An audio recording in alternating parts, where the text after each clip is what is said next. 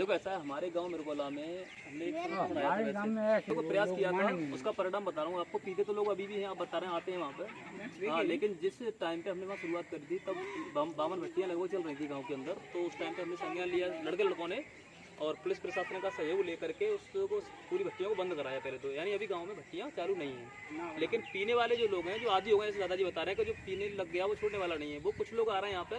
लेकिन प्रयास करने से फिर भी कुछ % गाँव में सुधार हुआ। उसमें जो नई जनरेशन थी, जो नए बच्चे थे, उसमें देखो कुछ बच्चे एजुकेशन की तरफ मुड़े, वहाँ बदलाव हुआ। देखो एक बच्चा आपका विद्या ज्ञान में पढ़ रहा है, अच्छे स्कूल में चला गया, और लगभग 10 से 12 बच्चे ऐसे हैं जो अटल आवासीय विद्यालय सरकार ने अभी चालू करी थी व्यवस्था, उसमें हमारे बच्चे पहुंच गए गांव से, जो पढ़ाई की तरफ मुड़ गए। अब हो सकता है वो बदलाव आज नहीं हो, और कुछ वर्षों बाद ये लड़के कुछ अच्छा करके दिखाएं तो बदलाव के रूप में सामने आ सकते हैं। हाँ, तो मतलब मेरा मानना ये है कि अगर हम अच्छे प्रयास, देखो गलत तो चल ही रहा है सब कुछ, लेकिन हम अच्छे अगर प्रयास करने के थोड़े कदम बढ़ाते हैं तो कुछ सकारात्मक परिणाम आने की संभावना होगी अगर हम करेंगे तो। अगर हम ऐसे ही सोचते रहे कि गलत हो रहा है तो गलत ही होता रहेगा हमेशा के लिए।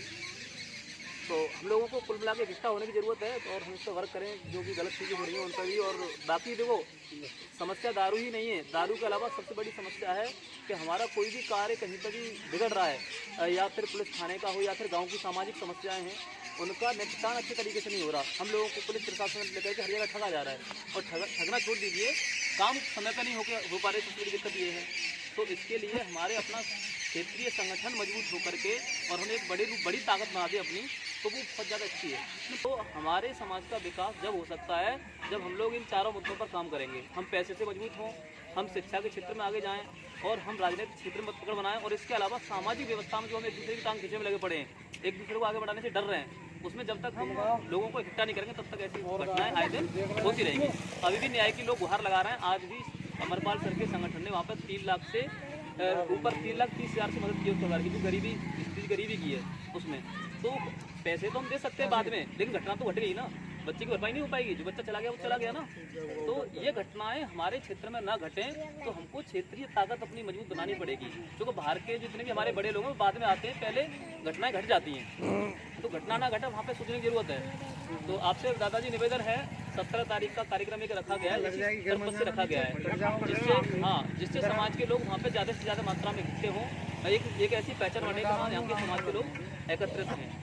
तो आपसे निवेदन करेंगे कि आप लोग 17 तारीख को थोड़ा बहुत समय निकाल करके जरूर पहुँचें वहाँ पर समाज के बहुत बड़े लोग आ रहे हैं, और जिससे एक दूसरे का परिचय होगा, और शायद वहाँ से कुछ नए अनुभव मिले जिससे हम समाज को और आगे बढ़ाने की कोशिश कर सकें। एक बात और है, लोग भैया सही, अगर वो छोटे भैया ने गरीब है वो, तो आप गिरा जो कुछ करेंगे ना करेंगे।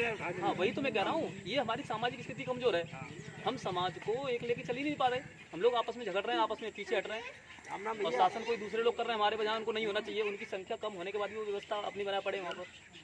तो एक और चीज़ है कि गाँव में, जैसे पूरे गांव में हम ना जा पाएँ तो जो भी आपसे मिले सब लोग हमारी तरफ से आमंत्रित हैं। मतलब एक तरह से आप लोग कह देना कि वो लोग कह गए हैं कि जो भी व्यक्ति आना चाहे, कोई भी जहाँ तक आपको संपर्क में लोग मिले, उन सबसे कह देना कि कार्यक्रम वहाँ पे है 17 तारीख को, सब लोग ही पहुँचे।